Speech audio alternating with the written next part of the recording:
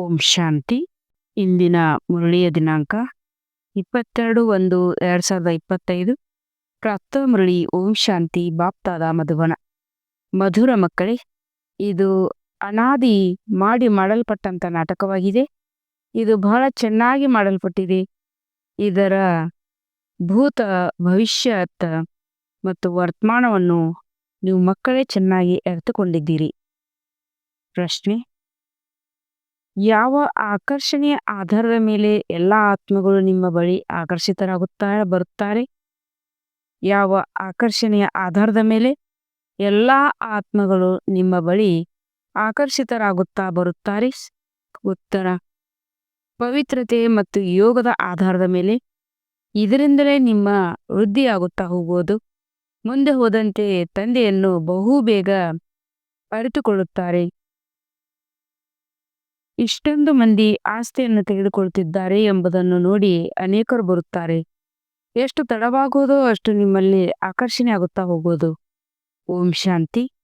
ಆತ್ಮಿಕ ಮಕ್ಕಳು ಇದನ್ನು ತಿಳಿದುಕೊಂಡಿದ್ದೀರಿ.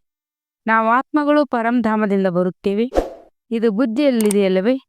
ಯಾವಾಗ ಎಲ್ಲ ಆತ್ಮಗಳು ಇಲ್ಲಿಗೆ ಬಂದು ಬಿಡುವರೋ, ಇನ್ನೂ ಕೆಲವರೇ ಇರುವರು, ಆಗ ತಂದೆಯು ಬರುತ್ತಾರೆ. ಈಗ ನೀವು ಮಕ್ಕಳು ಯಾರಿಗಾದರೂ ತಿಳಿಸಬಹುದು. ಬಹಳ ಸಹಜವಾಗಿದೆ. ದೂರ ದೇಶದಲ್ಲಿರುವ ತಂದೆಯು ಎಲ್ಲರಿಗಿಂತ ಕೊನೆಯಲ್ಲಿ ಬರುತ್ತಾರೆ. ಪರಂಧಾಮದಲ್ಲಿ ಇನ್ನೂ ಕೆಲವು ಆತ್ಮಗಳೇ ಇರುತ್ತಾರೆ. ಇಲ್ಲಿಯವರೆಗೂ ವೃದ್ಧಿಯಾಗುತ್ತಾ ಇದೆಯಲ್ಲವೇ? ಇದು ಸಹ ನಿಮಗೆ ತಿಳಿದಿದೆ. ತಂದೆಯನ್ನು ಯಾರೂ ಅರಿತುಕೊಂಡಿಲ್ಲ ಅಂದ ಮೇಲೆ ಅವರ ರಚನೆಯ ಆದಿ ಮಧ್ಯ ಅಂತ್ಯವನ್ನು ಹೇಗೆ ಅರಿತುಕೊಳ್ಳುವರು? ಇದು ಬೇಹದ್ದಿನ ನಾಟಕವಾಗಿದೆಯಲ್ಲವೇ? ಅಂದ ಮೇಲೆ ನಾಟಕದ ಪಾತ್ರಧಾರಿಗಳಿಗೆ ಇದು ತಿಳಿದಿರಬೇಕು. ಹೇಗೆ ಈ ನಾಟಕದ ಪಾತ್ರಧಾರಿಗಳಿಗೂ ಸಹ ಇಂತಿಂಥವರಿಗೆ ಇಂಥ ಪಾತ್ರವು ಸಿಕ್ಕಿದೆ ಎಂದು ತಿಳಿದಿರುತ್ತದೆ. ಯಾವುದು ಕಳೆದು ಹೋಗುವುದು ಅದನ್ನೇ ನಂತರ ಚಿಕ್ಕ ನಾಟಕವನ್ನಾಗಿ ಮಾಡುತ್ತಾರೆ. ಭವಿಷ್ಯದಂಥ ನಾಟಕವನ್ನು ರಚಿಸಲು ಸಾಧ್ಯವಿಲ್ಲ. ಯಾವುದು ಕಳೆದು ಹೋಗಿದೆಯೋ ಅದನ್ನು ತೆಗೆದುಕೊಂಡು ಮತ್ತು ಅನ್ಯ ಕಥೆಗಳನ್ನು ರಚಿಸಿ ನಾಟಕವನ್ನು ಮಾಡುತ್ತಾರೆ. ಮತ್ತೆ ಅದನ್ನೇ ಎಲ್ಲರಿಗೂ ತೋರಿಸುತ್ತಾರೆ. ಭವಿಷ್ಯದಂತೂ ಯಾರೂ ಸಹ ತಿಳಿದುಕೊಂಡಿಲ್ಲ. ಈಗ ನೀವು ತಿಳಿದುಕೊಂಡಿದ್ದೀರಿ. ತಂದೆಯು ಬಂದಿದ್ದಾರೆ. ಸ್ಥಾಪನೆಯೂ ಆಗುತ್ತದೆ. ನಾವು ಆಸ್ತಿಯನ್ನು ತೆಗೆದುಕೊಳ್ಳುತ್ತಿದ್ದೇವೆ. ಯಾರ್ಯಾರು ಬರುತ್ತಾ ಇರುವರೋ ಅವರಿಗೆ ನಾವು ದೇವಿ ದೇವತಾ ಪದವಿಯನ್ನು ಪಡೆಯುವ ಮಾರ್ಗವನ್ನು ತಿಳಿಸುತ್ತೇವೆ. ಈ ದೇವತೆಗಳು ಇಷ್ಟು ಶ್ರೇಷ್ಠರು ಹೇಗಾದರು? ಇದೂ ಸಹ ಯಾರಿಗೂ ತಿಳಿದಿಲ್ಲ. ವಾಸ್ತವದಲ್ಲಿ ಆದಿ ಸನಾತನ ಧರ್ಮವು ದೇವಿ ಧರ್ಮ ಆಗಿದೆ. ತಮ್ಮ ಧರ್ಮವನ್ನೇ ಮರೆತು ಹೋಗುವುದರಿಂದ ನಮಗಾಗಿ ಎಲ್ಲ ಧರ್ಮಗಳು ಒಂದೇ ಎಂದು ಹೇಳಿಬಿಡುತ್ತಾರೆ. ಈಗ ನಿಮಗೆ ತಂದೆ ಓದಿಸುತ್ತಾರೆ ಎಂದು ಮಕ್ಕಳಿಗೆ ತಿಳಿದಿದೆ. ತಂದೆಯ ಆದೇಶದಿಂದಲೇ ಚಿತ್ರ ಮೊದಲಾದವುಗಳನ್ನು ಮಾಡಿಸಲಾಗುತ್ತದೆ. ತಂದೆಯು ದಿವ್ಯ ದೃಷ್ಟಿಯಿಂದ ಚಿತ್ರಗಳನ್ನು ಬರೆದಿದ್ದರು. ಕೆಲವರು ತಮ್ಮ ಬುದ್ಧಿಯಿಂದ ರಚಿಸುತ್ತಾರೆ. ಮಕ್ಕಳಿಗೆ ಇದನ್ನು ಸಹ ತಿಳಿಸಲಾಗಿದೆ. ಅವಶ್ಯವಾಗಿ ಇದನ್ನು ಬರೆಯಿರಿ. ಪಾತ್ರಧಾರಿಗಳಂತೂ ಇದ್ದಾರೆ, ಆದರೆ ರಚಯಿತ ಮತ್ತು ನಿರ್ದೇಶಕರನ್ನಂತೂ ಯಾರೂ ಅರಿತುಕೊಂಡಿಲ್ಲ. ತಂದೆಯು ಈಗ ಹೊಸ ಧರ್ಮದ ಸ್ಥಾಪನೆ ಮಾಡುತ್ತಿದ್ದಾರೆ. ಹಳೆಯದರಿಂದ ಹೊಸ ಪ್ರಪಂಚವಾಗಲಿದೆ. ಇದೂ ಸಹ ಬುದ್ಧಿಯಲ್ಲಿರಬೇಕು. ತಂದೆಯು ಹಳೆಯ ಪ್ರಪಂಚದಲ್ಲಿ ಬಂದು ನಿಮ್ಮನ್ನು ಬ್ರಾಹ್ಮಣರನ್ನಾಗಿ ಮಾಡುತ್ತಾರೆ. ಬ್ರಾಹ್ಮಣರೇ ನಂತರ ದೇವತೆಗಳಾಗುವಿರಿ. ಯುಕ್ತಿಯನ್ನು ನೋಡಿ ಎಷ್ಟು ಚೆನ್ನಾಗಿದೆ. ಭಲೆ, ಇದು ಅನಾದಿ ಮಾಡಲ್ಪಟ್ಟ ನಾಟಕವಾಗಿದೆ. ಆದರೆ ಇದು ಬಹಳ ಚೆನ್ನಾಗಿ ಮಾಡಲ್ಪಟ್ಟಿದೆ. ನಾನು ನಿಮಗೆ ಪ್ರತಿನಿತ್ಯವೂ ಬಹಳ ಗುಹ್ಯವಾದ ಮಾತುಗಳನ್ನು ತಿಳಿಸುತ್ತಾ ಇರುತ್ತೇನೆ. ಯಾವಾಗ ವಿನಾಶವು ಆರಂಭವಾಗುವುದು ಆಗ ನೀವು ಮಕ್ಕಳಿಗೆ ಭೂತಕಾಲದ ಎಲ್ಲ ಚರಿತ್ರೆಯು ಅರ್ಥವಾಗುವುದು. ನಂತರ ಸತ್ಯಯುಗದಲ್ಲಿ ಹೋದಾಗ ಭೂತಕಾಲದ ಚರಿತ್ರೆಯು ಏನೂ ನೆನಪಿರುವುದಿಲ್ಲ. ಪ್ರತ್ಯಕ್ಷದಲ್ಲಿ ಪಾತ್ರವನ್ನು ಅಭಿನಯಿಸುತ್ತಾ ಇರುತ್ತೀರಿ. ಭೂತಕಾಲದನ್ನು ಯಾರಿಗೂ ತಿಳಿಸುತ್ತೀರಿ. ಈ ಲಕ್ಷ್ಮೀನಾರಾಯಣರು ಭೂತಕಾಲದ ಚರಿತ್ರೆಯನ್ನು ಅರಿತುಕೊಂಡೇ ಇಲ್ಲ. ನಿಮ್ಮ ಬುದ್ಧಿಯಲ್ಲಿ ಹೇಗೆ ವಿನಾಶವಾಗುವುದು, ಹೇಗೆ ರಾಜ್ಯ ಸ್ಥಾಪನೆಯಾಗುವುದು, ಹೇಗೆ ಮಹಲುಗಳನ್ನು ಮಾಡುತ್ತಾರೆ. ಇಲ್ಲಿ ಭೂತ, ಭವಿಷ್ಯದ, ವರ್ತಮಾನ ಸಮಯದ ಸಂಪೂರ್ಣ ಜ್ಞಾನವಿದೆ. ಆಗುವುದಂತೂ ಖಂಡಿತ ಅಲ್ಲವೇ? ಸ್ವರ್ಗದ ದೃಶ್ಯಗಳೇ ಬೇರೆಯಾಗಿದೆ. ಹೇಗೆ ಪಾತ್ರವನ್ನು ಅಭಿನಯಿಸುತ್ತಾ ಇರುತ್ತೀರಿ ಹಾಗೆಯೇ ಎಲ್ಲವೂ ತಿಳಿಯುತ್ತಾ ಹೋಗುವುದು. ಇದಕ್ಕೆ ನಿರಪರಾಧಿಗಳ ಕೊಲೆಯ ಆಟವೆಂದು ಹೇಳಲಾಗುತ್ತದೆ. ಭೂಕಂಪವಾಗುತ್ತದೆ ಎಂದರೆ ಎಷ್ಟೊಂದು ನಷ್ಟ ಉಂಟಾಗುತ್ತದೆ. ಬಾಂಬ್ಗಳನ್ನು ಎಸೆಯುತ್ತಾರೆ. ಇದು ವ್ಯರ್ಥ ಅಪರಾಧವಾಯಿತಲ್ಲವೇ? ಯಾರು ಏನೂ ಮಾಡುವುದಿಲ್ಲ, ಯಾರು ವಿಶಾಲ ಬುದ್ಧಿಯವರಿದ್ದಾರೆಯೋ ಅವರ ವಿನಾಶವು ಅವಶ್ಯವಾಗಿ ಆಗಿತ್ತು, ಯುದ್ಧವು ನಡೆದಿತ್ತು ಎಂಬುದನ್ನು ಅರಿತುಕೊಳ್ಳುತ್ತಾರೆ. ಇಂಥ ಆಟವನ್ನು ಸಹ ಆಡುತ್ತಾರೆ. ಇದನ್ನು ಅರಿತುಕೊಳ್ಳುವವರು ಕೂಡ ಕೆಲವೊಂದು ಸಮಯದಲ್ಲಿ ಕೆಲವರ ಬುದ್ಧಿಯಲ್ಲಿ ಇದು ಹೊಳೆಯುತ್ತದೆ. ನೀವಂತೂ ಪ್ರತ್ಯಕ್ಷದಲ್ಲಿದ್ದೀರಿ, ನೀವು ಆ ರಾಜಧಾನಿಯ ಮಾಲೀಕರು ಆಗುತ್ತೀರಿ. ನಿಮಗೆ ತಿಳಿದಿದೆ, ಆ ಹೊಸ ಪ್ರಪಂಚದಲ್ಲಿ ಅವಶ್ಯವಾಗಿ ಹೋಗಬೇಕಾಗಿದೆ. ಯಾರು ಬ್ರಾಹ್ಮಣರಾಗುತ್ತಾರೆ, ಬ್ರಹ್ಮರವರ ಮೂಲಕ ಅಥವಾ ಬ್ರಹ್ಮ ಕುಮಾರಿಯರ ಮೂಲಕ ಜ್ಞಾನವನ್ನು ತೆಗೆದುಕೊಳ್ಳುತ್ತಾರೆ, ಅವರು ಸತ್ಯಯುಗದಲ್ಲಿ ಬಂದು ಬಿಡುತ್ತಾರೆ. ಇರುವುದಂತೂ ತಮ್ಮ ಗೃಹಸ್ಥದಲ್ಲೇ, ಆದರೆ ಇದನ್ನು ಅರಿತುಕೊಳ್ಳಬೇಕಾಗಿದೆ. ಸೇವಾ ಕೇಂದ್ರಗಳಲ್ಲಿ ಅನೇಕರು ಬರುತ್ತಾರೆ. ಇಷ್ಟೊಂದು ಮಂದಿ ಕೆಲವೊಮ್ಮೆ ನೆನಪಿರುವುದಿಲ್ಲ. ಎಷ್ಟೊಂದು ಬ್ರಾಹ್ಮಣರಿದ್ದಾರೆ. ವೃದ್ಧಿಯಾಗುತ್ತಾ ಆಗುತ್ತಾ ಅಸಂಖ್ಯಾತ ಮಂದಿ ಆಗಿಬಿಡುತ್ತಾರೆ. ಆಗ ನಿಖರವಾದ ಲೆಕ್ಕವನ್ನು ತೆಗೆಯಲು ಸಾಧ್ಯವಿಲ್ಲ. ನಿಖರವಾಗಿ ನಮ್ಮ ಪ್ರಜೆಗಳು ಎಷ್ಟು ಮಂದಿ ಇದ್ದಾರೆಂದು ರಾಜನಿಗೆ ತಿಳಿದಿರುತ್ತದೆಯೇ? ಭಲೆ ಜನಗಣತಿ ಮಾಡುತ್ತಾರೆ, ಆದರೂ ಸಹ ಎಣಿಕೆಯಲ್ಲಿ ಅಂತರವಾಗಿ ಬಿಡುತ್ತದೆ ಅಲ್ಲವೇ? ಈಗ ನೀವು ವಿದ್ಯಾರ್ಥಿಗಳು, ಇವರು ವಿದ್ಯಾರ್ಥಿಗಳಾಗಿದ್ದಾರೆ. ಆದರೆ ಎಲ್ಲ ಸಹೋದರರು ಸಹ ಒಬ್ಬ ತಂದೆಯನ್ನೇ ನೆನಪು ಮಾಡಬೇಕಾಗಿದೆ. ಚಿಕ್ಕ ಮಕ್ಕಳಿದ್ದಾರೆ, ಅವರಿಗೂ ಸಹ ಬಾಬಾ ಬಾಬಾ ಎಂದು ಹೇಳಿ ಎನ್ನುವುದನ್ನು ಕಲಿಸಿಕೊಡಬೇಕು. ಇದನ್ನು ಸಹ ನೀವು ತಿಳಿದುಕೊಂಡಿದ್ದೀರಿ. ಮುಂದೆ ಹೋದಂತೆ ತಂದೆಯನ್ನು ಬಹಳ ಬೇಗನೆ ಅರಿತುಕೊಳ್ಳುತ್ತಾರೆ. ಇಷ್ಟು ಮಂದಿ ತಂದೆಯಿಂದ ಆಸ್ತಿಯನ್ನು ತೆಗೆದುಕೊಳ್ಳುತ್ತಾರೆಂಬುದನ್ನು ನೋಡಿದಾಗ ಅನೇಕರು ಬರುತ್ತಾ ಇರುತ್ತಾರೆ. ಎಷ್ಟು ತಡವಾಗುವುದೋ ಅಷ್ಟು ನಿಮ್ಮಲ್ಲಿ ಆಕರ್ಷಣೆ ಆಗುತ್ತಾ ಇರುತ್ತದೆ. ಪವಿತ್ರ ಆಗುವುದರಿಂದ ಆಕರ್ಷಣೆ ಆಗುತ್ತದೆ. ಎಷ್ಟು ಯೋಗದಲ್ಲಿರ್ತೀರೋ ಅಷ್ಟು ನಿಮ್ಮಲ್ಲಿ ತೇಜಸ್ವಿ ಇರ್ತದೆ. ಆಗ ಅನ್ಯರನ್ನು ಸಹ ತಂದೆಯ ಕಡೆ ಸೆಳೆಯುತ್ತೀರಿ. ತಂದೆಯೂ ಸಹ ಸೆಳೆಯುತ್ತಾರಲ್ವೇ? ಬಹಳಷ್ಟು ವೃದ್ಧಿಯಾಗುತ್ತಾ ಇರುತ್ತದೆ. ಅದಕ್ಕಾಗಿ ಯುಕ್ತಿಗಳನ್ನು ಸಹ ಕೃಷ್ಣನು ಸಾಕಾರ ರೂಪದಲ್ಲಿದ್ದಾನೆ, ಆದರೆ ನಿರಾಕಾರ ತಂದೆಯು ತಿಳಿಸುತ್ತಾರೆ. ನನ್ನೊಬ್ಬನನ್ನು ನೆನಪು ಮಾಡಿ, ಈ ಮಾತಿನ ಮೇಲೆ ಎಲ್ಲವೂ ಆಧಾರಿತವಾಗಿದೆ. ಆದುದರಿಂದ ತಂದೆಯು ತಿಳಿಸಿದರು, ಈ ಮಾತನ್ನು ಎಲ್ಲರಿಂದಲೂ ಬರೆಸುತ್ತಾ ಹೋಗಿ. ಎಲ್ಲರ ಅಭಿಪ್ರಾಯದ ದೊಡ್ಡ ದೊಡ್ಡ ಲಿಸ್ಟನ್ನು ಮಾಡಿಸಿದಾಗ ಮನುಷ್ಯರಿಗೆ ಇದರಿಂದ ತಿಳಿಯುತ್ತದೆ. ನೀವು ಬ್ರಾಹ್ಮಣರು ಯಾವಾಗ ಪಕ್ಕಾ ನಿಶ್ಚಯ ಬುದ್ಧಿಯವರಾಗುವಿರೋ ಆಗ ವೃಕ್ಷ ವೃದ್ಧಿಯನ್ನು ಹೊಂದುತ್ತಾ ಇರುವುದು. ಮಾಯೆ ಬಿರುಗಾಳಿಗಳು ಸಹ ಅಂತ್ಯದವರೆಗೂ ನಡೆಯುತ್ತಿರುತ್ತದೆ. ವಿಜಯಮಾಲೆಯನ್ನು ಪಡೆದಿರೆಂದರೆ ಮತ್ತೆ ಪುರುಷಾರ್ಥವು ಮಾಡಬೇಕಾಗಿಲ್ಲ. ಮಾಯು ಇರುವುದಿಲ್ಲ, ಆದರೆ ನೆನಪಿನಲ್ಲಿ ಅನೇಕರು ಸೋಲುತ್ತಾರೆ. ನೀವು ಯೋಗದಲ್ಲಿ ಎಷ್ಟು ಶಕ್ತಿಶಾಲಿಗಳಾಗುವಿರೋ ಅಷ್ಟು ಮಾಯಿಂದ ಸೋಲುವುದಿಲ್ಲ. ಈಗ ರಾಜಧಾನಿಯು ಸ್ಥಾಪನೆಯಾಗುತ್ತಾ ಇದೆ. ಮಕ್ಕಳಿಗೆ ಈ ನಿಶ್ಚಯವಿದೆ, ನಮ್ಮ ರಾಜಧಾನಿ ಇರುವುದು. ನಂತರ ನಾವು ವಜ್ರರತ್ನಗಳನ್ನು ಎಲ್ಲಿಂದ ತರುತ್ತೇವೆ, ಗನಿಗಳು ಎಲ್ಲಿಂದ ಬರುತ್ತವೆ? ಇವೆಲ್ಲವೂ ಮೊದಲು ಸಹ ಇತ್ತಲ್ಲವೇ? ಇದರಲ್ಲಿ ತಬ್ಬಿಬ್ಬಾಗುವ ಮಾತೇ ಇಲ್ಲ. ಏನಾಗಬೇಕಾಗಿದೆಯೋ ಅದನ್ನು ಪ್ರತ್ಯಕ್ಷದಲ್ಲಿ ನೋಡುವಿರಿ. ಸ್ವರ್ಗವಂತೂ ಖಂಡಿತ ಸ್ಥಾಪನೆಯಾಗುತ್ತದೆ. ಯಾರು ಚೆನ್ನಾಗಿ ಓದುವರೋ ಅದನ್ನು ಪ್ರತ್ಯಕ್ಷದಲ್ಲಿ ನೋಡಿರಿ. ಸ್ವರ್ಗವಂತೂ ಖಂಡಿತ ಸ್ಥಾಪನೆಯಾಗುತ್ತದೆ. ಯಾರು ಚೆನ್ನಾಗಿ ಓದುವರೋ ಅವರಿಗೆ ನಾನು ಹೋಗಿ ಭವಿಷ್ಯದಲ್ಲಿ ರಾಜಕುಮಾರನಾಗುವೆನು, ವಜ್ರ ವೈಡೂರ್ಯಗಳ ಮಹಿಳೆಗಳಿರ್ತವೆ ಎಂದು ನಿಶ್ಚಯವಿರುತ್ತದೆ. ಈ ನಿಶ್ಚಯವು ಸಹ ಸೇವಾದಾರಿ ಮಕ್ಕಳಿಗೆ ಇರುವುದು. ಯಾರು ಕಡಿಮೆ ಪದವಿಯನ್ನು ಪಡೆಯುವರಿದ್ದಾರೆಯೋ ಅವರಿಗೆ ನಾವು ಸತ್ಯಯುಗದಲ್ಲಿ ಹೇಗೆ ಮಹಲುಗಳನ್ನು ನಿರ್ಮಿಸುತ್ತೇವೆ ಎಂಬುದನ್ನು ವಿಚಾರವೂ ಸಹ ಬರುವುದಿಲ್ಲ. ಯಾರು ಬಹಳ ಸೇವೆ ಮಾಡುವರೋ ಅವರೇ ಮಹಲುಗಳಲ್ಲಿ ಹೋಗಿ ಇರುತ್ತಾರಲ್ವೇ? ದಾಸದಾಸಿಯರಂತೂ ತಯಾರಾಗಿರುವವರು ಸಹಜವಾಗಿ ಸಿಗುತ್ತಾರೆ. ಸೇವಾದಾರಿ ಮಕ್ಕಳಿಗೆ ಇಂಥ ವಿಚಾರಗಳು ಬರುತ್ತಿರುತ್ತವೆ. ಮಕ್ಕಳು ಸಹ ತಿಳಿದುಕೊಂಡಿರುತ್ತೀರಿ. ಯಾರ್ಯಾರು ಒಳ್ಳೆಯ ಸೇವೆ ಮಾಡುವವರಾಗಿದ್ದಾರೆ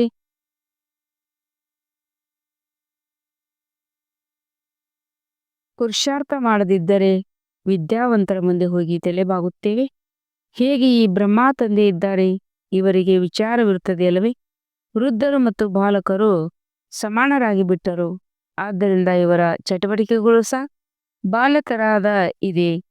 ತಂದೆಯಂತೂ ಒಂದೇ ಚಟುವಟಿಕೆಯಾಗಿದೆ, ಮಕ್ಕಳಿಗೆ ಓದಿಸುವುದು, ಕಲಿಸುವುದು. ವಿಜಯಮಾಲೆಯ ಮಣಿಯಾಗಬೇಕೆಂದರೆ ಬಹಳ ಪುರುಷಾರ್ಥ ಬೇಕು, ಬಹಳ ಮಧುರರಾಗಬೇಕು. ಶ್ರೀಮತದಂತೆ ನಡೆದಾಗಲೇ ಶ್ರೇಷ್ಠರಾಗುವಿರಿ. ಇದು ತಿಳುವಳಿಕೆಯ ಮಾತಾಗಿದೆಯಲ್ಲವೇ? ತಂದೆಯು ತಿಳಿಸುತ್ತಾರೆ. ನಾವು ಏನನ್ನು ತಿಳಿಸುತ್ತೇವೆಯೋ ಅದರ ಮೇಲೆ ಮನನ ಮಾಡಿ ಮುಂದೆ ಹೋದಂತೆ ಇನ್ನೂ ನಿಮಗೆ ಸಾಕ್ಷಾತ್ಕಾರವಾಗುತ್ತದೆ. ಸಮೀಪವನ್ನು ತಲುಪುತ್ತೀರೆಂದರೆ ಎಲ್ಲವೂ ಸ್ಮೃತಿಗೆ ಬರುತ್ತಾ ಇರುವುದು. ನಮ್ಮ ರಾಜಧಾನಿಯಿಂದ ಬಂದು 5,000 ವರ್ಷಗಳಾಯಿತು. 84 ಜನ್ಮಗಳ ಚಕ್ರವನ್ನು ಸುತ್ತುತ್ತಾ ಬಂದಿದ್ದೇವೆ. ಹೇಗೆ ವಾಸ್ಕೋಡಿಗಾಮನು ಇಡೀ ವಿಶ್ವವನ್ನು ಸುತ್ತಿದನು ಎಂದು ಹೇಳುತ್ತಾರೆ. ನೀವಂತೂ ಈ ವಿಶ್ವದಲ್ಲಿ 84 ಜನ್ಮಗಳ ಚಕ್ರವನ್ನು ಸುತ್ತಿದ್ದೀರಿ. ಆ ವಾಸ್ಕೋಡಿಗಾಮ ಒಬ್ಬನೇ ಹೋದನು, ಹಾಗೆ ಇವರೂ ಸಹ ಒಬ್ಬರೇ ಆಗಿದ್ದಾರೆ. ಆ ತಂದೆಯು ನಿಮಗೆ 84 ಜನ್ಮಗಳ ರಹಸ್ಯವನ್ನು ತಿಳಿಸುತ್ತಾರೆ. ರಾಜಧಾನಿಯು ನಡೆಯುತ್ತದೆ ಅಂದಾಗ ತಮ್ಮಲ್ಲಿ ನೋಡಿಕೊಳ್ಳಬೇಕು. ನನ್ನಲ್ಲಿ ಯಾವುದೇ ದೇಹಾಭಿಮಾನವಿಲ್ಲವೇ? ಎಲ್ಲಿಯೂ ಮೂರ್ಛಿತನಾಗುತ್ತಿರಲಿಲ್ಲವೇ? ಮುನಿಸಿಕೊಳ್ಳುತ್ತಿಲ್ಲವೇ? ನೀವು ಯೋಗ ಬಲದಿದ್ದು ಶಿವತಂದೆಯ ನೆನಪು ಮಾಡುತ್ತಾ ಇದ್ದಿದ್ದೇ ಆದರೆ ನಿಮಗೆ ಯಾವುದೇ ಪೆಟ್ಟು ಬೀಳಲು ಸಾಧ್ಯವಿಲ್ಲ. ಯೋಗ ಬಲವೇ ಸುರಕ್ಷಾ ಕವಚವಾಗಿದೆ. ಯಾರು ಏನು ಮಾಡಲು ಸಾಧ್ಯವಾಗುವುದಿಲ್ಲ. ಒಂದು ವೇಳೆ ಯಾರಾದರೂ ಪೆಟ್ಟು ತಿನ್ನುತ್ತಾರೆಂದರೆ ಅವಶ್ಯವಾಗಿ ದೇಹಾಭಿಮಾನವಿದೆ. ದೇಹಿ ಅಭಿಮಾನಿಗಳಿಗೆ ಯಾರು ಪೆಟ್ಟು ಕೊಡಲು ಸಾಧ್ಯವಿಲ್ಲ. ತನ್ನದೇ ತಪ್ಪಿರುತ್ತದೆ. ವಿವೇಕವೂ ಸಹ ಹೀಗೆ ಹೇಳುತ್ತದೆ. ಆತ್ಮಾಭಿಮಾನಿಗಳಿಗೆ ಯಾರೂ ಏನೂ ಸಹ ಮಾಡಲು ಸಾಧ್ಯವಿಲ್ಲ. ಆದ್ದರಿಂದ ಆತ್ಮಾಭಿಮಾನಿಯಾಗುವ ಪ್ರಯತ್ನ ಪಡಬೇಕಾಗಿದೆ. ಎಲ್ಲರಿಗೆ ಸಂದೇಶವನ್ನು ಕೊಡಬೇಕಾಗಿದೆ. ಭಗವಾನ್ ವಾಚ್ ಮನ್ ಮನಾಭವ. ಯಾವ ಭಗವಂತ? ಇದನ್ನು ಸಹ ನೀವು ಮಕ್ಕಳು ಸ್ಪಷ್ಟಪಡಿಸಲಾಗಿದೆ. ಯಾವ ಭಗವಂತ? ಇದನ್ನು ಸಹ ನೀವು ಮಕ್ಕಳು ಸ್ಪಷ್ಟಪಡಿಸಬೇಕಾಗಿದೆ. ಕೇವಲ ಈ ಒಂದೇ ಮಾತಿನಲ್ಲಿ ನಿಮ್ಮ ವಿಜಯವಾಗುವುದು. ಇಡೀ ಪ್ರಪಂಚದಲ್ಲಿ ಮನುಷ್ಯರ ಬುದ್ಧಿಯಲ್ಲಿ ಕೃಷ್ಣ ಭಗವಾನ್ ವಾಚಿದೆ. ಯಾವಾಗ ನೀವು ತಿಳಿಸುತ್ತೀರೋ ಆಗ ಈ ಮಾತು ಸರಿ ಎಂದು ಹೇಳುತ್ತಾರೆ. ಆದರೆ ಯಾವಾಗ ನಿಮ್ಮ ತರಹ ಅರ್ಥ ಮಾಡಿಕೊಳ್ಳುವರೋ ಆಗ ತಂದೆಯು ಏನು ಕಲಿಸುವರೋ ಅದೇ ಸರಿ ಎಂದು ಹೇಳುತ್ತಾರೆ. ನಾನು ಈ ರೀತಿ ಇದ್ದೇನೆ, ನನ್ನನ್ನು ಯಾರೂ ಅರಿತುಕೊಳ್ಳಲು ಸಾಧ್ಯವಿಲ್ಲವೆಂದು ಕೃಷ್ಣನು ಹೇಳಲು ಸಾಧ್ಯವೇ? ಕೃಷ್ಣನಂತೆ ಎಲ್ಲರೂ ಅರಿತುಕೊಳ್ಳುವರು. ಕೃಷ್ಣನ ತನುವಿನಿಂದ ಭಗವಂತನು ಹೇಳುತ್ತಾರೆಂದಲ್ಲ. ಕೃಷ್ಣನು ಸತ್ಯಯುಗದಲ್ಲಿರುತ್ತಾನೆ ಅಂದ ಮೇಲೆ ಅಲ್ಲಿ ಭಗವಂತನು ಹೇಗೆ ಬರುತ್ತಾರೆ? ಭಗವಂತನು ಪುರುಷೋತ್ತಮ ಸಂಗಮಯುಗದಲ್ಲಿಯೇ ಬರುತ್ತಾರೆ. ಆದ್ದರಿಂದ ನೀವು ಮಕ್ಕಳು ಅನೇಕರಿಂದ ಬರೆಸಿಕೊಳ್ಳುತ್ತಾ ಹೋಗಿ. ನಿಮ್ಮ ಬಳಿ ಎಲ್ಲರ ಅಭಿಪ್ರಾಯದ ಪುಸ್ತಕವು ಮುದ್ರಿಸಲ್ಪಟ್ಟಿರಲಿ. ಅದರಲ್ಲಿ ಎಲ್ಲರ ಬರವಣಿಗೆ ಇರಲಿ. ಯಾವಾಗ ಇಷ್ಟೆಲ್ಲರೂ ಹೀಗೆ ಬರೆದಿದ್ದಾರೆಂಬುದನ್ನು ಅನ್ಯರು ನೋಡಿದಾಗ ತಾವು ಬರೆಯುತ್ತಾರೆ. ಆಗ ನಿಮ್ಮ ಬಳಿ ಬಹಳ ಜನರ ಲೇಖನಗಳು ಬರುತ್ತವೆ. ಗೀತೆಯ ಭಗವಂತ ಯಾರು? ಮೇಲ್ಪಕ್ತಿಯಂತಲ್ಲೂ ಸಹ ಬರೆಯಲ್ಪಟ್ಟಿರಲಿ. ಶ್ರೇಷ್ಠಾತಿ ಶ್ರೇಷ್ಠರಾದವರು ತಂದೆಯಾಗಿದ್ದಾರೆ. ಕೃಷ್ಣನಂತೂ ಶ್ರೇಷ್ಠಾತಿ ಶ್ರೇಷ್ಠ ಅಲ್ಲ ಎಂದು ನನ್ನೊಬ್ಬನ ನೆನಪು ಮಾಡಿ ಎಂದು ಕೃಷ್ಣನು ಹೇಳಲು ಸಾಧ್ಯವಿಲ್ಲ. ಬ್ರಹ್ಮಾರುಗಿಂತಲೂ ಶ್ರೇಷ್ಠರು ಭಗವಂತನಲ್ಲವೇ? ಮುಖ್ಯ ಮಾತೆ ಇದಾಗಿದೆ. ಇದರಲ್ಲಿ ಎಲ್ಲರ ದಿವಾಳಿತನವು ಹೊರಟು ಹೋಗುತ್ತದೆ. ಇಲ್ಲೇ ಕುಳಿತುಕೊಳ್ಳಿ ಎಂದು ತಂದೆಯು ಹೇಳುವುದಿಲ್ಲ. ಸದ್ಗುರುವನ್ನು ತನ್ನವರನ್ನಾಗಿ ಮಾಡಿಕೊಂಡ ಮೇಲೆ ತಮ್ಮ ಮನೆಯಲ್ಲೇ ಇರಿ. ಆರಂಭದಲ್ಲಂತೂ ನಿಮ್ಮ ಬಟ್ಟೆಯಾಗಿತ್ತು. ಶಾಸ್ತ್ರಗಳಲ್ಲಿ ಬಟ್ಟೆಯ ಮಾತಿದೆ. ಆದರೆ ಯಾವುದಕ್ಕೆ ಬಟ್ಟೆ ಎಂದು ಹೇಳಲಾಗುತ್ತದೆ ಎಂಬುದನ್ನು ಯಾರೂ ತಿಳಿದುಕೊಂಡಿಲ್ಲ. ಬಟ್ಟೆಯು ಇಟ್ಟಿಗೆಗಳಾಗುತ್ತಿರುತ್ತದೆ. ಇಟ್ಟಿಗೆಯ ಬಟ್ಟೆಯು ಇರುತ್ತದೆ. ಅದರಲ್ಲಿ ಕೆಲವು ಇಟ್ಟಿಗೆಗಳು ಚೆನ್ನಾಗಿ ಸುಡುತ್ತವೆ, ಕೆಲವು ಹಸಿಯಾಗಿ ಉಳಿಯುತ್ತವೆ. ಇಲ್ಲಿಯೂ ಸಹ ನೋಡಿ, ಚಿನ್ನವಂತೂ ಅಲ್ಲ, ಕಲ್ಲು ಮುಳ್ಳುಗಳಂತೆ ಇದೆ. ಹಳೆಯ ವಸ್ತುವಿನ ಬಹಳ ಮಾನ್ಯತೆ ಇದೆ. ಶಿವತಂದೆ ಮತ್ತು ದೇವತೆಗಳಿಗೂ ಮಾನ್ಯತೆ ಇದೆಯಲ್ಲವೇ? ಸತ್ಯಯುಗದಲ್ಲಿ ಮಾನ್ಯತೆಯ ಮಾತೇ ಇಲ್ಲ. ಅಲ್ಲಿ ಯಾವುದೇ ಹಳೆಯ ವಸ್ತುಗಳನ್ನು ಅನ್ವೇಷಣೆ ಮಾಡುವುದಿಲ್ಲ. ಅಲ್ಲಿ ಹೊಟ್ಟೆಯ ತುಂಬಿರುತ್ತದೆ. ಹುಡುಕುವ ಅವಶ್ಯಕತೆ ಇರುವುದಿಲ್ಲ. ನಿಮಗೆ ಅಲ್ಲಿ ಭೂಮಿಯನ್ನು ಅಗೆಯಬೇಕಾಗುವುದಿಲ್ಲ. ದ್ವಾಪಾರದ ನಂತರ ಭೂಮಿಯನ್ನು ಅಗೆದು ಖನಿಜ ತೆಗೆಯುವುದನ್ನು ಪ್ರಾರಂಭಿಸುತ್ತಾರೆ. ಮನೆಗಳನ್ನು ಕಟ್ಟುತ್ತಾರೆ. ಸ್ವಲ್ಪ ಸಿಕ್ಕಿತೆಂದರೆ ಕೆಳಗೆ ಇನ್ನೂ ಇದೆ ಎಂದು ತಿಳಿಯುತ್ತಾರೆ. ಸತ್ಯಯುಗದಲ್ಲಿ ನಿಮಗೆ ಯಾವುದರ ಚಿಂತೆಯೂ ಇರುವುದಿಲ್ಲ. ಅಲ್ಲಂತೂ ಚಿನ್ನವೇ ಚಿನ್ನವಿರುತ್ತದೆ. ಇಟ್ಟಿಗೆಗಳ ಚಿನ್ನದಿಂದ ಕೂಡುತ್ತದೆ. ಕಲ್ಪದ ಹಿಂದೆ ಏನಾಗಿದೆಯೋ ಅದು ನಿಗದಿಯಾಗಿದೆ. ಅದೇ ಸಾಕ್ಷಾತ್ಕಾರವಾಗುತ್ತದೆ. ಆತ್ಮಗಳನ್ನು ಕರೆಸಲಾಗುತ್ತದೆ. ಇದೂ ಸಹ ನಾಟಕದಲ್ಲಿ ನಿಗದಿಯಾಗಿದೆ. ಇದರಲ್ಲಿ ತಬ್ಬಿಬ್ಬಾಗುವ ಮಾತಿಲ್ಲ. ಕ್ಷಣ ಪ್ರತಿಕ್ಷಣ ಪಾತ್ರವು ಅಭಿನಯಿಸಲ್ಪಡುತ್ತದೆ, ನಂತರ ಮರೆಯಾಗುತ್ತದೆ. ಇದು ವಿದ್ಯೆಯಾಗಿದೆ. ಭಕ್ತಿ ಮಾರ್ಗದಲ್ಲಂತೂ ಅನೇಕ ಚಿತ್ರಗಳಿವೆ. ಈ ನಿಮ್ಮ ಚಿತ್ರಗಳೆಲ್ಲವೂ ಅರ್ಥಸಹಿತವಾಗಿದೆ. ಅರ್ಥವಿಲ್ಲದೆ ಯಾವುದೇ ಚಿತ್ರವಿಲ್ಲ. ಎಲ್ಲಿಯವರೆಗೆ ನೀವು ಸ್ಪಷ್ಟವಾಗಿ ತಿಳಿಸುವುದಿಲ್ಲವೋ ಅಲ್ಲಿವರೆಗೆ ಇದನ್ನು ಯಾರೂ ಅರ್ಥ ಮಾಡಿಕೊಳ್ಳಲು ಸಾಧ್ಯವಿಲ್ಲ. ತಿಳಿಸುವವರು ಬುದ್ಧಿವಂತ ಜ್ಞಾನಪೂರ್ಣ ಒಬ್ಬರೇ ತಂದೆಯಾಗಿದ್ದಾರೆ. ಈಗ ನಿಮಗೆ ಈಶ್ವರ್ಯ ಮತ ಸಿಗುತ್ತದೆ. ಈಗ ನೀವು ಈಶ್ವರ್ಯ ಮತದಂತೆ ಅಥವಾ ಈಶ್ವರ್ಯ ಕುಲದವರಾಗಿದ್ದೀರಿ. ಈಶ್ವರನು ಬಂದು ಮನೆತನವನ್ನು ಸ್ಥಾಪನೆ ಮಾಡುತ್ತಾರೆ. ಈಗ ನಿಮಗೆ ರಾಜ್ಯವೇನೂ ಇಲ್ಲ. ರಾಜಧಾನಿ ಇತ್ತು, ಆದರೆ ಈಗಿಲ್ಲ. ದೇವಿ ದೇವತೆಗಳ ಧರ್ಮ ಖಂಡಿತವಾಗಿ ಇತ್ತು. ಸೂರ್ಯವಂಶಿ ಚಂದ್ರವಂಶಿ ರಾಜಧಾನಿ ಇತ್ತಲ್ಲವೇ? ಗೀತೆಯಿಂದ ಬ್ರಾಹ್ಮಣ ಕುಲವೂ ಆಗುತ್ತದೆ, ಸೂರ್ಯವಂಶಿ ಚಂದ್ರವಂಶಿ ಕುಲವೂ ಆಗುತ್ತದೆ. ಬಾಕಿ ಮತ್ಯಾವರು ಇರಲು ಸಾಧ್ಯವಿಲ್ಲ. ನೀವು ಮಕ್ಕಳು ಸೃಷ್ಟಿಯ ಆದಿ ಮಧ್ಯ ಅಂತ್ಯವನ್ನು ತಿಳಿದುಕೊಂಡಿದ್ದೀರಿ. ಮಹಾಪ್ರಳಯವಾಗುತ್ತದೆ ಎಂದು ಮೊದಲು ತಿಳಿದುಕೊಂಡಿದ್ದೀರಿ. ಪ್ರಳಯದ ನಂತರ ಸಾಗರದ ಅಲ್ಲದ ಎಲೆಯ ಮೇಲೆ ತೇಲಿ ಬರುತ್ತಾನೆಂದು ತೋರಿಸುತ್ತಾರೆ. ಮೊದಲಿಗನಾಗಿ ಕೃಷ್ಣನೇ ಬರುತ್ತಾನಲ್ಲವೇ? ಉಳಿದಂತೆ ಯಾವುದೇ ಸಾಗರದ ಮೇಲೆ ಬರುವುದಿಲ್ಲ. ಈಗ ನೀವು ಮಕ್ಕಳಿಗೆ ಬಹಳ ಒಳ್ಳೆಯ ತಿಳುವಳಿಕೆಯೂ ಬಂದಿದೆ. ಯಾರು ಆರ್ಥಿಕ ವಿದ್ಯೆಯನ್ನು ಬಹಳ ಚೆನ್ನಾಗಿ ಓದುವರೋ ಅವರಿಗೆ ಖುಷಿ ಇರುವುದು. ಯಾರು ಚೆನ್ನಾಗಿ ಓದುವರೋ ಅವರೇ ಪಾಸ್ ವಿತ್ ಆನರ್ ಆಗುವರು. ಒಂದು ವೇಳೆ ಯಾರೊಂದಿಗಾದರೂ ಮನಸ್ಸಿದ್ದರೆ ವಿದ್ಯಾಭ್ಯಾಸದ ಸಮಯದಲ್ಲಿಯೂ ಅವರೇ ನೆನಪಿಗೆ ಬರುತ್ತಿರುವವರು. ಬುದ್ಧಿಯು ಅಲ್ಲಿಗೆ ಹೊರಟು ಹೋಗುವುದು.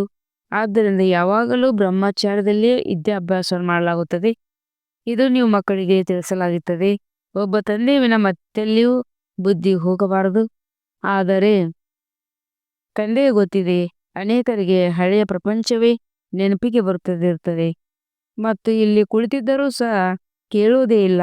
ಭಕ್ತಿ ಮಾರ್ಗದಲ್ಲಿಯೂ ಇಂಥವರಿರುತ್ತಾರೆ. ಸತ್ಸಂಗದಲ್ಲಿಯೂ ಸಹ ಬುದ್ಧಿಯು ಎಲ್ಲೆಲ್ಲಿಗೆ ಓಡಿ ಹೋಗುತ್ತದೆ. ಇದಂತೂ ಬಹಳ ದೊಡ್ಡ ಪರೀಕ್ಷೆಯಾಗಿದೆ. ಕೆಲವರಂತೂ ಇಲ್ಲೇ ಕುಳಿತಿದ್ದರೂ ಸಹ ಕೇಳಿದಂತಿರುತ್ತಾರೆ.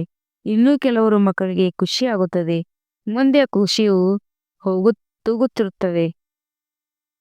ಮುಂದೆ ಖುಷಿಯಲ್ಲಿ ತೂಗುತ್ತಿರುತ್ತಾರೆ.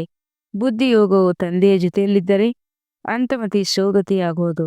ಇದಕ್ಕಾಗಿ ಬಹಳ ಒಳ್ಳೆಯ ಪುರುಷಾರ್ಥ ಮಾಡಬೇಕಾಗಿದೆ. ಇಲ್ಲಂತೆ ನಿಮಗೆ ಬಹಳ ಧನವು ಸಿಗುತ್ತದೆ. ಒಳ್ಳೆಯದು. ಮಧುರಾತಿ ಮಧುರ ಅಗಲಿ ಹೋಗಿ ಮರಳಿ ಸಿಕ್ಕಿರುವಂತಹ ಮಕ್ಕಳಿಗೆ ಪ್ರೀತಿಯ ಮಾಪಿತ ಬಾಪ್ತಾದರ ನೆನಪು ಪ್ರೀತಿಯಾಗು.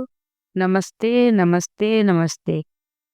हम रूहानी बच्चों की रूहानी बाप दादा को याद तार और गुड मॉर्निंग. नमस्ते नमस्ते नमस्ते.